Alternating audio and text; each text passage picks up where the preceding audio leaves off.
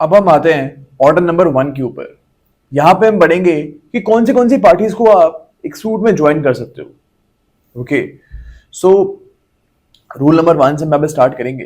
यहाँ पे बोला गया है कि एज अ प्लेंटिफ आप कौन से लोगों को सूट में ज्वाइन कर सकते हो। okay? इसमें लिखा हुआ है कि अगर एक ट्रांजैक्शन में एक पर्सन के साथ गलत हुआ है या फिर एक ही ट्रांजैक्शन में एक से ज्यादा लोगों के साथ गलत हुआ है। ओके, तो जो भी पर्सन इफेक्टेड है, जो भी यहाँ पे विक्टिम्स हैं, वो लोग यहाँ पे प्लेंटिफ बन सकते हैं। ओके, इसमें लिखा हुआ है any right to relief in respect of और arising out of same act transaction और सीरीज ऑफ एक्ट्स और ट्रांजैक्शंस। यानी एक ट्रांजैक्शन से सपोज आपके साथ कुछ गलत हुआ है तो उस एक ट्रांजैक्शन के ऊपर आप सूट फाइल कर सकते हो, या फिर बहुत सारी ट्रांजैक्शंस हो रही हैं। सपोज 10 दिन तक आपके साथ एक रॉन्ग होता रहा, suppose A is a person, इसके साथ 10 दिन तक लगातार न्यूसेंस कमिट हुई है। बी जिसका नेबर है 10 दिन तक तेज वॉल्यूम पे गाने बजाता था जिसकी वजह से ए को न्यूसेंस होती थी। अब इस केस में ए जो है ये सारी ट्रांजैक्शंस के लिए एक सिंगल सूट फाइल कर सकता है। ओके, अब फॉर एग्जांपल घर में ए और सी मिलकर रहते थे, एंड इनका जो नेबर है बी वो तेज साउंड पे गाने बजाता था। अब इसकी वजह से ए और सी दोनों के अगेंस्ट न्यूसेंस कमिट हुई है। सेम ट्रांजैक्शन में ए और सी दोनों के अगेंस्ट न्यूसेंस कमिट हुई है। अब इन दिस केस ए और सी मिलके भी सूट फाइल कर सकते हैं।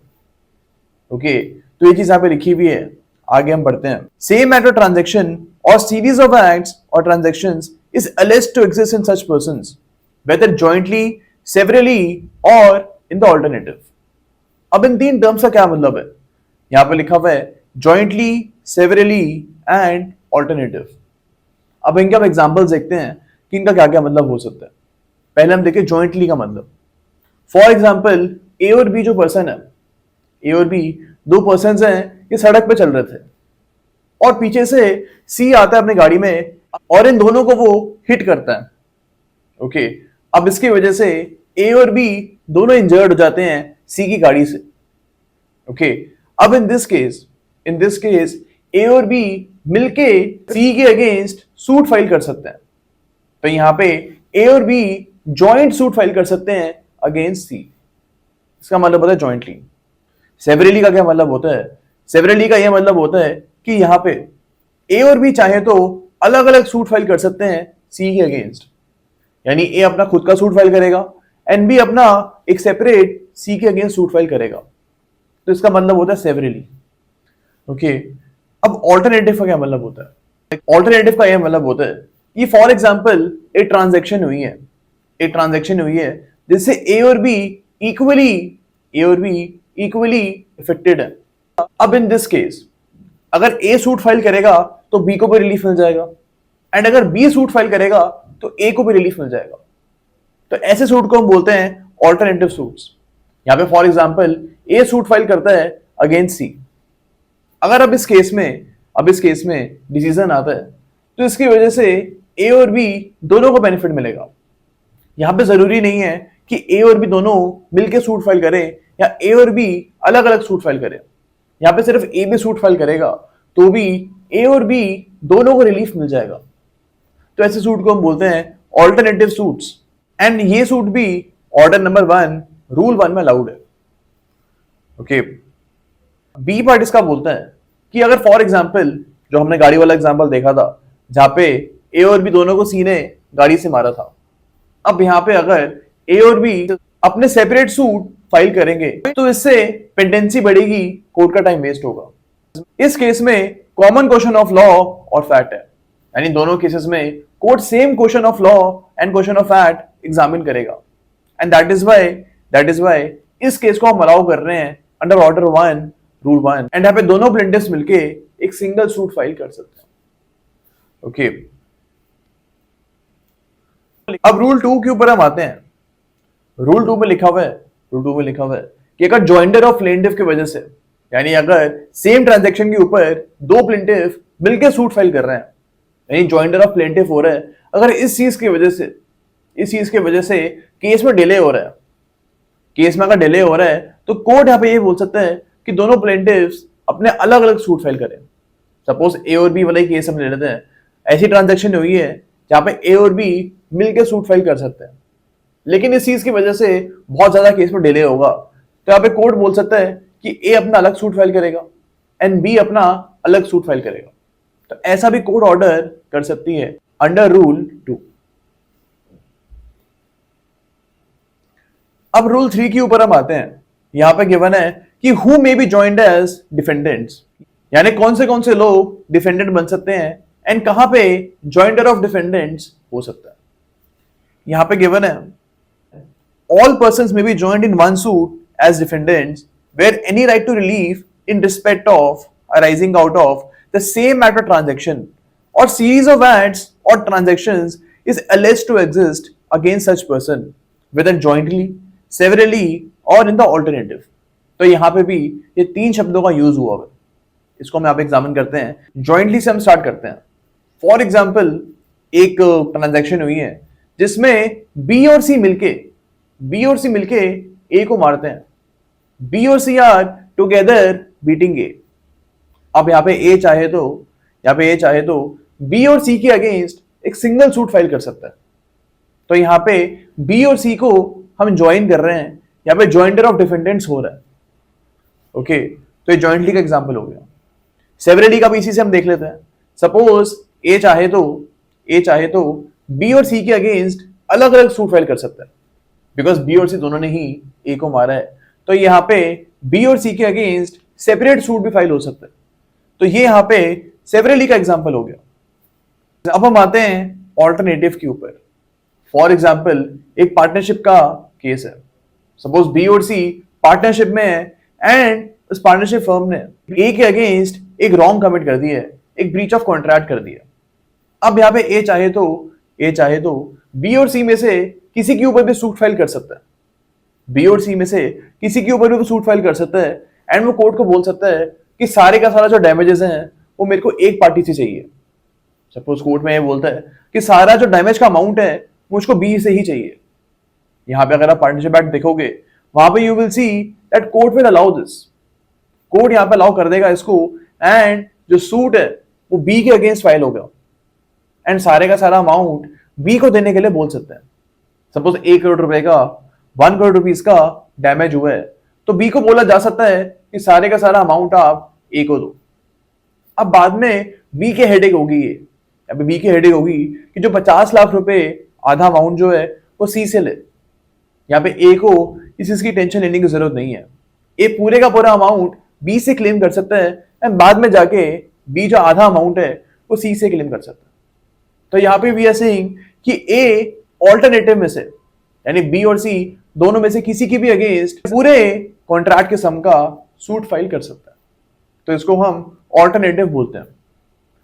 ओके, अब जो यहाँ पे हमने फाइटिंग का केस देखा था, यानी प्लेंटिफ को दो डिफेंडेंट्स मिलकर मार रहे थे, वहां पे एक क्रिमिनल केस भी हो सकता है, असॉल्ट और क्रिमिनल फोर्स यूज करने का केस भी बन सकता है। लेकिन अगर आप चाहो तो सेम ट्रांजैक्शन के ऊपर आप डैमेजेस भी क्लेम कर सकते हो सिविल सूट फाइल करके। तो दोनों केसेस आप यहाँ पे फाइल कर सकते हो। ओके, अब रूल 3A पे हम आते हैं। यहाँ पे भी सिमिलर सी बात बोली गई है कि अगर कोर्ट को लगता है कि जॉइंडर ऑफ डिफेंडेंट्स की वजह से केस में डिले हो रहा है, तो यहाँ पे कोर्ट ऑर्डर कर सकता है कि आप इस केस में अलग अलग डिफेंडेंट्स के अगेंस्ट अलग अलग सूट फाइल करो। ओके, तो ये चीज यहाँ पे हो सकती है। अब रूल 4 के ऊपर हम आते हैं। यहाँ पे गिवन है कि अगर कोर्ट चाहे तो किसी भी एक प्लेंटिफ के फेवर में डिसीजन सुना सकती है एंड किसी भी एक डिफेंडेंट के अगेंस्ट डिसीजन सुना सकती है। फॉर एग्जांपल ए और बी ने मिलके सी के अगेंस्ट सूट फाइल किया है। अब यहाँ पे कोर्ट को लगता है कि जो रिलीफ है वो सिर्फ ए को ही मिलना चाहिए, तो कोर्ट यहाँ पे कर सकता है कि ए को वो रिलीफ ग्रांट कर दे एंड बी को वो रिलीफ ग्रांट ना करे। या फॉर एग्जांपल ए ने बी एंड सी के अगेंस्ट सूट फाइल किए, यहाँ पे B and C joint defendants हैं। अब यहाँ पे कोर्ट चाहे तो सिर्फ बी के अगेंस्ट अपनी डिक्री पास करेगा एंड सी को वो यहाँ पे छोड़ देगा because court thinks that C has not committed any wrong. तो यहाँ पे ये दोनों चीजें कोर्ट कर सकता है। ये रूल 4 हमारा बोलता है। अब हम आते हैं रूल 5 के ऊपर।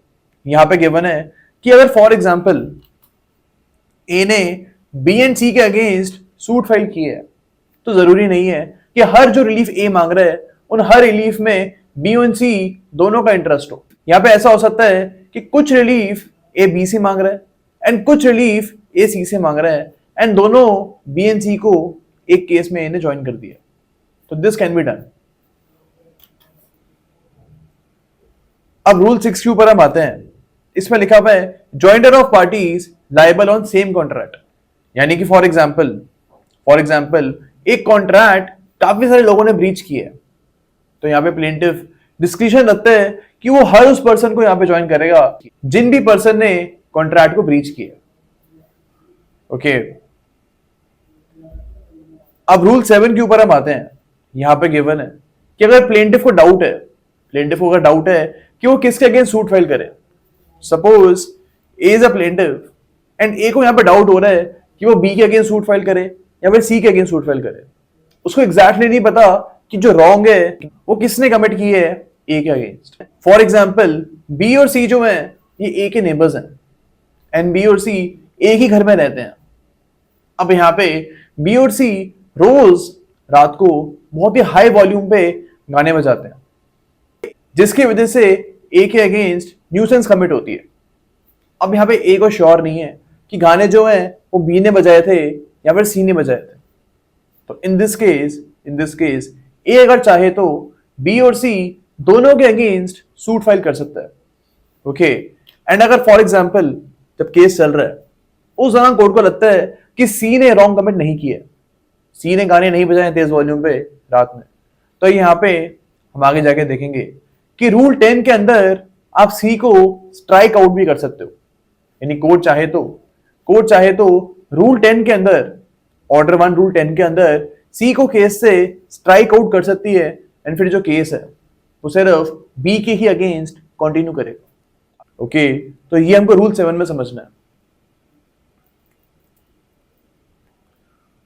अब रूल 8 के ऊपर हम आते हैं। यहां पे रिप्रेजेंटेटिव सूट के बारे में बात करी गई है। यहां पे लिखा हुआ है कि फॉर एग्जांपल बी एक डिफेंडेंट है। बी इज अ पर्सन जो बहुत तेज गाने बजाता है पूरी लोकेलिटी में। अब इसकी वजह से पूरी की पूरी लोकेलिटी को प्रॉब्लम हो जाती है तो यहाँ पे रिप्रेजेंटेटिव सूट फाइल हो सकता है। लोकेलिटी का कोई भी मेंबर चाहे तो वो सूट फाइल कर सकता है एंड जितने भी लोकेलिटी के मेंबर्स हैं उन सबको वो यहाँ पे ज्वाइन कर सकता है। तो यहाँ पे एक प्लेंटिफ बहुत सारे लोगों के बिहाफ पे सूट फाइल कर रहा है तो दिस कैन बी डन और ये रिप्रेजेंटेटिव सूट माना जाएगा। या for example A is a person जो एक इंडस्ट्रियल एरिया में रहता है एंड वहां पे जितनी भी इंडस्ट्रीज हैं, बहुत सारी इंडस्ट्रीज हैं वहां पे, वो सारी के सारी इंडस्ट्रीज पॉल्यूशन कर रही हैं। अब इस केस में अगर ए चाहे तो सारी इंडस्ट्रीज के अगेंस्ट एक सिंगल सूट फाइल कर सकता है। अब इन दिस केस एक इंडस्ट्री का ओनर बोलता है कि मैं इस केस को डिफेंड करूंगा सारे इंडस्ट्रीज के बिहाफ पे, यानी जितनी भी इंडस्ट्रीज के खिलाफ सूट फाइल हुआ है उनको एक सिंगल इंडस्ट्री डिफेंड करेगी। तो यहाँ पे भी रिप्रेजेंटेटिव सूट चलेगा एंड यहाँ पे सिंगल इंडस्ट्री बाकी सारी इंडस्ट्रीज के बिहाफ पे सूट को कंटिन्यू करेगी। तो ये चीज भी यहाँ पे हो सकती है। ओके अब रूल 2 के ऊपर हम आते हैं। यहाँ पे गिवन है कि अगर एक प्लेंटिफ बोल रहा है कि मेरे को सारे लोगों के बिहाफ पे सूट फाइल करना है, यानी कि मेरे को रिप्रेजेंटेटिव सूट फाइल करना है, तो यहाँ पे इन दिस केस कोर्ट यहाँ पे बोलेगा कि आप सारे के सारे प्लेंटिफ्स को नोटिस दो, यानी जितनी भी प्लेंटिफ्स हैं एरिया में उन सबको आप नोटिस दो। एंड यहाँ पे जो प्लेंटिफ कोर्ट में केस फाइल कर रहा है वो प्लेंटिफ अपने एक्सपेंस पे बाकी सारे प्लेंटिफ्स को नोटिस देगा। फॉर एग्जाम्पल एक सूट चल रहा है जहां पे A is filing suit on behalf of 100 people, 100 लोगों के बिहाफ पे एक सिंगल सूट फाइल कर रहा है। तो यहां पे कोर्ट ए को ऑर्डर कर सकता है ए को यहाँ पे ऑर्डर मिल सकता है कि यहाँ पे 100 लोगों को नोटिस दो कि मैं आपके बिहाफ पे एक सूट फाइल कर रहा हूं। ओके, तो ये चीज यहाँ पे हो सकती है। लेकिन अगर यहाँ पे बहुत सारे प्लेंटिव्स हैं, यहाँ पे बहुत सारे प्लेंटिव्स हैं, तो कोर्ट ये भी बोल सकती है कि आप एक न्यूज़पेपर में आर्टिकल पब्लिश कर दो एंड उसको हम नोटिस मान लेंगे। तो instead of giving a personal notice to all these 100 people, यहाँ पे एक सिंगल आर्टिकल पब्लिश करोगे आप न्यूज़पेपर में, जिससे इन सारे लोगों को एक साथ नोटिस मिल जाएगा। ओके, अब इसमें एक और इंपॉर्टेंट चीज बोली हुई है, जो इसका फोर्थ पार्ट है। इसमें गिवन है कि अगर आपको फॉर एग्जाम्पल एक रिप्रेजेंटेटिव सूट में कॉम्प्रोमाइज करना है, अगर suppose is filing a suit on behalf of 100 people and अब इस सूट में ए को कॉम्प्रोमाइज करना है ऑपोजिट पार्टी के साथ, तो यहाँ पे जो कॉम्प्रोमाइज है वो तभी होगा जब सारे के सारे प्लेंटिव्स को नोटिस मिल जाएगा। यानी ए यहाँ पे नोटिस देगा सारे के सारे प्लेंटिव्स को कि मैं अब इस केस में कॉम्प्रोमाइज कर रहा हूं। ओके, तो यहाँ पे जब सारे प्लेंटिव्स को नोटिस मिल जाएगा उसके बाद ही इस केस में कॉम्प्रोमाइज हो सकता है। ओके, अब जिसका फिफ्थ पार्ट है यहाँ पे बोला हुआ है कि अगर फॉर एग्जाम्पल ए जो बंदा है जो बाकी सारे बंदों के बिहाफ पे एक रिप्रेजेंटेटिव सूट लड़ रहा है, अब यहां पे कोर्ट को लगता है कि ए सूट को सही तरीके से नहीं लड़ रहा है, तो यहां पे कोर्ट अगर चाहे तो ए को सब्स्टिट्यूट कर सकता है एंड यहां पे कोर्ट बोलेगा कि A will not continue this suit, A को हटाओ एंड इन 100 लोगों में से कोई भी एक पर्सन आ जाए जो कि इस सूट में रिप्रेजेंटेटिव कैरेक्टर रखेगा। सपोज इन 100 लोगों में से एक पर्सन बी है। ओके, कोर्ट अबे बोल सकता है कि ए यहां पे सही से सूट को नहीं लड़ रहा है एंड बी को कोर्ट बोल सकता है आप इस केस को सारे लोगों के बिहाफ पे आगे बढ़ाओ। तो ये चीज हो सकती है। अब इसमें एक और चीज गिवन है जो इसका 6th पार्ट है। यहां पे गिवन है कि अगर इस केस में डिक्री आ जाती है, सपोज यहाँ पे जो ये सूट चल रहा है इसमें ए के अगेंस्ट डिक्री आती है, तो यहाँ पे ए के अगेंस्ट तो ये डिक्री बाइंडिंग होगी, लेकिन जो 100 लोग हैं उनके अगेंस्ट भी डिक्री बाइंडिंग होगी एंड यहाँ पे रेस जुडिकाटा लग जाएगा। आगे जाके इन लोगों में से कोई भी पर्सन दोबारा से सेम मैटर के ऊपर सूट फाइल नहीं कर सकता। ओके, तो रूल 8 में हमको यही चीज समझनी है। अब 8A पे हम आते हैं। अब यहाँ पे गिवन है कि अगर एक बॉडी ऑफ पर्संस एक सूट में अपना ओपिनियन देना चाहते हैं, यानी ग्रुप ऑफ पर्संस एक सूट में अपना ओपिनियन देना चाहते हैं, तो कोर्ट उनका ओपिनियन सुन सकती है एंड अकॉर्डिंगली केस में वो डिक्री पास कर सकती है। ओके, अगर कोर्ट को लगता है कि इनका ओपिनियन पब्लिक इंटरेस्ट में है तो इनका ओपिनियन सुना जा सकता है। अब रूल 9 के ऊपर हम आते हैं। यहां पे गिवन है कि कोई भी सूट आप मिस जॉइंडर या फिर नॉन जॉइंडर के ऊपर डिसमिस नहीं कर दोगे। सपोज एक केस चल रहा है एंड बीच में पता लगता है कि एक प्लेंटिफ गलत ज्वाइन हुआ है या फिर एक डिफेंडेंट गलत ज्वाइन हुआ है, इसको इस केस में ज्वाइन नहीं होना चाहिए था। इसको हम बोलते हैं मिस जॉइंडर ऑफ पार्टीज। जहां पे एक पार्टी गलत तरीके से ज्वाइन हो चुकी है, that party must not have been joined at the starting of the suit, तो इसको हम मिस जॉइंडर बोलते हैं। एंड इस चीज की वजह से, मिस जॉइंडर की वजह से पूरे के पूरे सूट को आप डिसमिस नहीं कर दोगे। यहाँ पे जो भी पार्टी मिस जॉइन हुई है उस पार्टी को आप केस से हटा दोगे एंड बाकी की पार्टीज के साथ आप केस आगे बढ़ाओगे। रूल 10 में हम देखेंगे कि कोर्ट जो है किसी भी पार्टी को स्ट्राइक आउट कर सकती है एंड किसी भी पार्टी को केस में ऐड कर सकती है। अब नॉन ज्वाइंटर का क्या मतलब होता है? फॉर एग्जाम्पल केस में एक पार्टी कम ज्वाइन हुई है, यानी एक पार्टी को ज्वाइन होना था बट वो पार्टी ज्वाइन नहीं हुई है, इसको हम बोलते हैं नॉन ज्वाइंटर ऑफ पार्टीज। अगर एक केस में नॉन ज्वाइंटर ऑफ पार्टीज हो रखा है तो इस चीज की वजह से आप केस को डिसमिस नहीं करोगे। जिस पार्टी को ज्वाइन नहीं किया गया था, कोर्ट उसको रूल नंबर 10 के अंदर इंप्लीड कर लेगी, उसको वो ज्वाइन करवा देगी एंड केस फिर वहीं से आगे बढ़ेगा। अब जिसका प्रोवाइजो है ये इंपॉर्टेंट है, यहाँ पे नेसेसरी पार्टी के बारे में बात हुई है, यानी ऐसी पार्टी जिसके बिना सूट आगे बढ़ ही नहीं सकता। तो यहाँ पे लिखा हुआ है कि अगर नेसेसरी पार्टी का मिस ज्वाइंटर या फिर नॉन ज्वाइंटर हुआ है तो उनके ऊपर रूल 9 अप्लाई नहीं करेगा। अगर सपोज एक नेसेसरी पार्टी का नॉन ज्वाइंटर हुआ है, यहाँ पे कोर्ट इस केस को डिसमिस भी कर सकती है एंड दोबारा से कोर्ट बोल सकती है कि आप नेसेसरी पार्टी जो है इनको केस में लेके आओ एंड दोबारा से आप इस केस को फाइल करो। ओके, अब नेसेसरी पार्टी के रिस्पेक्ट में आपको ये चीज भी याद रखनी है कि नेसेसरी पार्टी वो पार्टी होगी, फॉर एग्जांपल एक ट्रांजैक्शन हुई थी जहां पे ए ने बी को 1 लाख रुपए दिए थे, अब बी उसको वापस नहीं कर रहा है। अब यहाँ पे अगर ए को केस फाइल करना है तो बी को उसको यहाँ पे इम्प्लीड करना ही पड़ेगा, यानी बी को इस केस में उसको अटैच करना ही पड़ेगा। सपोज ए बी को अटैच नहीं करता, सी के अगेंस्ट में सूट फाइल कर देता है। अब यहाँ पे B is a necessary party and B को यहाँ पे ज्वाइन करना ही चाहिए, बिकॉज अगर आप यहाँ पे बी को ज्वाइन नहीं करोगे तो यहाँ पे एग्जीक्यूशन ऑफ डिक्री नहीं हो सकता। यानी अगर डिग्री ए के फेवर में आ भी जाती है तो इसको आप किसके अगेंस्ट एनफोर्स कराओगे? बी को तो हमें ज्वाइन करा ही नहीं है, तो यहाँ पे आप किस पर्सन के अगेंस्ट इस डिग्री को एनफोर्स कराओगे?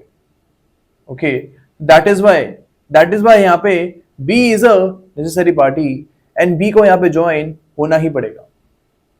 ओके, तो ये चीज हमको यहाँ पे याद रखनी है, that necessary party is that party without whom an effective execution of decree can not be done. तो ये चीज हमको यहाँ पे याद रखनी है। अब रूल 10 के ऊपर हम आते हैं। यहाँ पे एक सिंपल सी बात बोली भी है कि जिस भी पर्सन का केस में कोई भी स्टेक्स इन्वॉल्व है, जिस भी पर्सन का केस में कोई भी इंटरेस्ट इन्वॉल्व है एंड अगर वो सूट में ऐड नहीं हुए हैं, if that person is not added in the suit, तो यहाँ पे कोर्ट क्या कर सकता है? कोर्ट यहाँ पे इस पर्सन को केस में इम्प्लीड करवा सकता है। एंड अगर कोई ऐसा पर्सन केस में अटैच हुआ है जिस पर्सन का केस से कोई लेना देना है ही नहीं, उस पर्सन का केस से कोई भी मतलब नहीं है, ऐसे पर्सन को कोर्ट स्ट्राइक आउट कर सकता है एंड केस से बाहर निकाल सकता है। ओके, तो ये चीज हमको रूल 10 में समझनी है।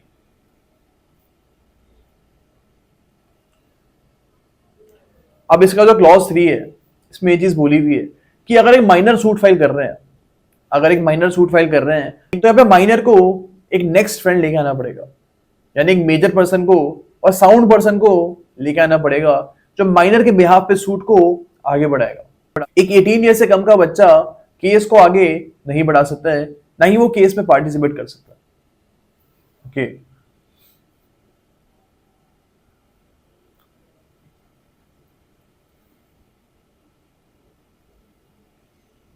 अब जो सा क्लॉज 4 है इसमें गिवन है कि फॉर एग्जांपल एक डिफेंडेंट को केस में ऐड किया जा रहा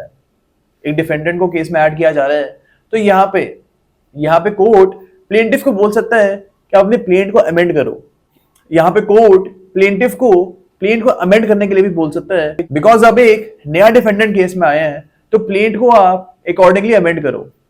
तो कोर्ट यहाँ पे ये चीज करने के लिए बोल सकता है एंड जो अमेंडेड प्लेंट की कॉपी है वो नए डिफेंडेंट के ऊपर सर्व करवा सकता है, यानी जो न्यू डिफेंडेंट है उनको अमेंडेड प्लेंट की कॉपी कोर्ट सर्व करवा सकता है। ओके, एंड अगर कोर्ट चाहे तो जो ओरिजिनल डिफेंडेंट है, वो डिफेंडेंट जो शुरू से केस में है, इनको भी अमेंडेड प्लेंट की कॉपी सर्व करवा सकता है। तो रूल 10 में हमको यही चीज समझनी है। अब 10A पे हम आते हैं। इसमें गिवन है कि अगर किसी भी पार्टी के पास प्लीडर नहीं है तो कोर्ट यहाँ पे किसी भी वकील, किसी भी प्लीडर को रिक्वेस्ट कर सकता है कि इस पार्टी को आप रिप्रेजेंट करो, तो ऐसा भी किया जा सकता है। रूल 11 पे हम आते हैं। इसमें लिखा हुआ है कि जो कंडक्ट ऑफ सूट है, यानी सूट किस टाइप से चलेगा, इसका डिसीजन कोर्ट ही लेगा, यानी जिस कोर्ट में केस चल रहा है दैट कोर्ट विल डिसाइड इस केस में प्रोसीडिंग्स कैसे चलेगी। अब रूल 12 पे हम आते हैं। इसमें गिवन है कि अगर एक केस में सपोज 4-5 प्लेंटिफ है केस में, तो यहाँ पे कोर्ट ऑथराइज कर सकता है किसी भी प्लेंटिफ को कि आप इन सारे प्लेंटिफ के बिहाफ पे केस को आगे बढ़ाओ। तो यहाँ पे अगर बाकी के 4 प्लेंटिफ इस एक प्लेंटिफ को ऑथोराइज कर दें तो यहाँ पे जो एक प्लेंटिफ है ये केस को आगे बढ़ाएगा। एंड यहाँ पे हम यही मानेंगे कि इस एक प्लेंटिफ को अगर समझ मिल गए हैं तो सारे प्लेंटिफ को यहाँ पे समझ मिल गए हैं। ओके, तो ये चीज यहाँ पे हो सकती है। एंड सेम रूल जो है वो डिफेंडेंट्स के ऊपर भी अप्लाई करेगा। सपोज एक केस में 5 डिफेंडेंट्स हैं तो यहाँ पे कोई भी एक डिफेंडेंट को बाकी के 4 डिफेंडेंट एम्पावर कर सकते हैं एंड एक डिफेंडेंट बाकी सारे डिफेंडेंट के बिहाफ पे केस को आगे बढ़ा सकता है। क्लॉज 2 यहाँ पे बोलता है कि जो यहाँ पे ऑथराइजेशन मिल रही है, जो यहाँ पे अथॉरिटी मिल रही है वो राइटिंग में होनी चाहिए। यानी जो 4 डिफेंडेंट्स एक डिफेंडेंट को अथॉरिटी दे रहे हैं तो जो अथॉरिटी है ये राइटिंग में देनी पड़ेगी। अब हम आते हैं रूल 13 के ऊपर। इसमें लिखा हुआ है कि अगर आपको मिस जॉइंडर या फिर नॉन जॉइंडर की ऑब्जेक्शन है, अगर आपको मिस जॉइंडर या फिर नॉन जॉइंडर की ऑब्जेक्शन है तो ये आपको अर्लीस्ट पॉसिबल स्टेज पे कोर्ट के सामने लेके आनी पड़ेगी। ओके, एंड यहाँ पे लिमिट भी गिवन है, यहाँ पे लिमिट भी गिवन है कि सेटलमेंट ऑफ इश्यूज से पहले बिफोर सेटलमेंट ऑफ इश्यूज आपको ये ऑब्जेक्शन लेके आनी पड़ेगी। ओके, अब सेटलमेंट ऑफ इश्यूज का स्टेज वो होता है जहां पे कोर्ट इश्यूज को फ्रेम करती है। यानी केस में जो ट्रायल है वो कौन से इश्यूज के ऊपर होगा, जब ये कोर्ट डिसाइड करती है उस स्टेज को हम बोलते हैं सेटलमेंट ऑफ इशू का स्टेज। तो इस स्टेज से पहले अगर आपको नॉन जॉइंडर या फिर मिस जॉइंडर की ऑब्जेक्शन है तो आपको इस स्टेज से पहले उसको रेज करना पड़ेगा। तो ये चीज हमको रूल 13 बोलता है।